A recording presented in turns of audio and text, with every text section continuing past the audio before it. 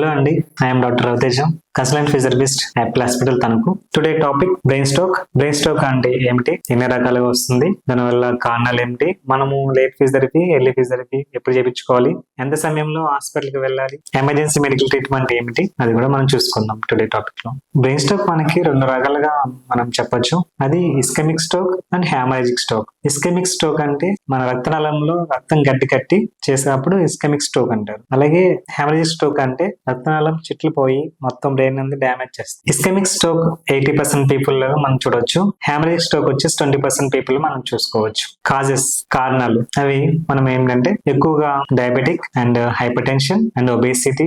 Symptoms ఎలా వస్తాయి అంటే మెయిన్ గా మనం చూసుకునేది బీ ఫాస్ట్ అంటే అందరికి ఐడియా ఉంది. బి అంటే బ్యాలెన్స్ చేసుకోవడం, నించోలేరు, ఒకసారి పడిపోతారు, అది balance. B for balance. And ఈ అంటే మనకు వచ్చేసి హైస్ ఎలా, ఫర్ ఎగ్జాంపుల్ మనకు వచ్చేసి రెండు విధాలుగా కనిపిస్తారు, అది మనకి ఈ అండి. నెక్స్ట్ ఎఫ్, ఫేషియల్స్ అన్ని మనకి మూతు వంకర పక్కకి ఇలా రావడం అనేది జరుగుతూ ఉంది, అది ఎఫ్ అంటే ఫేషియల్ కింద వస్తుంది. ఏ అంటే ఆర్మ్స్ లెగ్స్ మొత్తం అన్ని వీక్ అయిపోతాయి. ఆ వీక్నెస్ వచ్చేసి మనం దాని ప్రకారంగా చూసుకోవచ్చు. తర్వాత ఎస్ వచ్చి సలర్ స్పీచ్ అంటే మనకు ఫర్ ఎగ్జాంపుల్ నంగిగా మాట్లాడడం అలా జరుగుతుంది.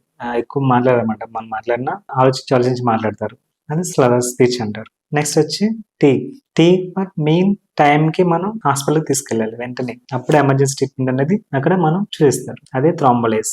ఎంత సమయంలో మన హాస్పిటల్కి తీసుకెళ్ళాలంటే 4 hours లో మన హాస్పిటల్కి తీసుకెళ్ళాలి. హాస్పిటల్కి వెళ్ళగలిగితే కనుక వాళ్ళు న్యూరాలజిస్ట్ చూసి ఎంఆర్ఐ స్కానింగ్ చేసి ఇస్కెమిక్ స్ట్రోక్ హ్యామరేజిక్ స్ట్రోక్ అని నిర్ధారణ చేసి థ్రాంబోలైజర్ ఇంజెక్షన్ ఇస్తారు. అది ఇవ్వగానే బ్లడ్ క్లాటింగ్ అనేది కరిగిపోతుంది. ఆ కరిగిపోయిన తర్వాత వెంటనే మనం ఫిజియోథెరపీ అనేది స్టార్ట్ చేయాలి. 24 hours ఫిజియోథెరపీ స్టార్ట్ చేస్తే కనుక 3 to 4 weeks లో మనకి మొత్తం ఆ ఫంక్షనింగ్ అనేది జరిగిపోతుంది. అండ్ అప్పర్ లిమ్స్ అనేది లోవర్ లిమ్స్ అనేవి వర్కింగ్ అనేది మనకి ఇంప్రూవ్మెంట్ అనేది, రేంజ్ ఆఫ్ మోషన్స్ అనేది కూడా మనకి ఇంప్రూవ్మెంట్ చేయొచ్చు. అలాగే కనుక లేట్ గా ఫిజియోథెరపీ చేస్తే కనుక 6 months 3 months మనకి టైం పడుతుంది. ఎందుకంటే అక్కడ న్యూరాన్స్ సెకండ్ కి డెత్ అయిపోతుంది. అందుకని మనకి ఎర్లీగా ఫిజియోథెరపీ చేయాలి. అలా చేసుకుంటే మనకి చాలా లైఫ్ ఈజ్ ఫిజియోథెరపీ అనేది మూవ్మెంట్ అనేది ఇంప్రూవ్మెంట్ అవుతుంది. ఎర్లీగా వాళ్ళు ఎలా చేసుకున్న లైఫ్ స్టైల్ అనేది అలా మంచిగా ఫంక్షనింగ్ అనేది జరుగుతూ ఉంటుంది.